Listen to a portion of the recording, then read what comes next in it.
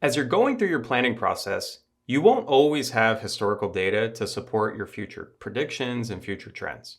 Something that's really important to do is capture assumptions that are related to your plan.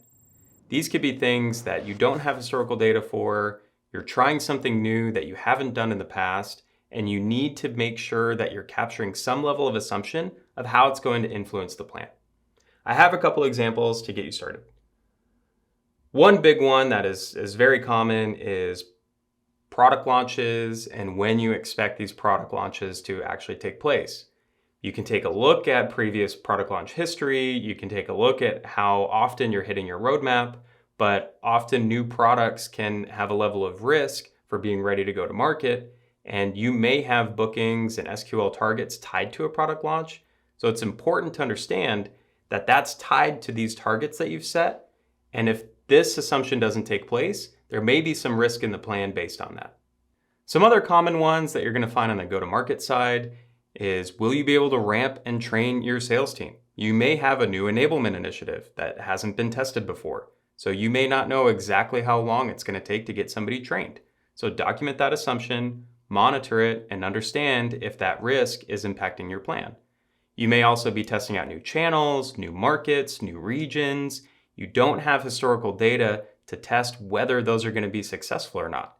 You do need to make assumptions, and growth really requires risk and really requires taking a chance on doing new things.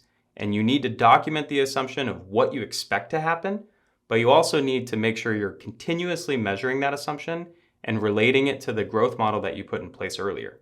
There are also a number of external factors you won't be able to account for: the market going up or down, the success of channel partnerships, or any other partnerships that you have. Those external factors you don't have control over, but will impact your plan. Document the assumptions that you have, measure continuously as your plan is going along, and make sure that you're able to hit your targets or adjust accordingly as you get new information. Growth modeling is not about getting it completely right. It's about getting one step closer to the truth. And as you get as much data as you can, you document as many assumptions as you can, you'll get the best possible plan to set your business up for success. However, continuously monitor, make sure things are operating as expected, and always use that opportunity to adjust your plan as needed. Let's recap everything that we just covered. Most businesses have a goal to grow, and growth modeling is the path and journey that it takes to get to those goals. Reverse engineer the funnel. Start with revenue, then look at bookings, SQLs, MQLs, and the brand and awareness that supports the whole plan. The W method for aligning executive leadership and functional teams will help build a comprehensive plan that's aligned with strategic initiatives and also pressure test what can actually take place in the field. You won't have data for everything.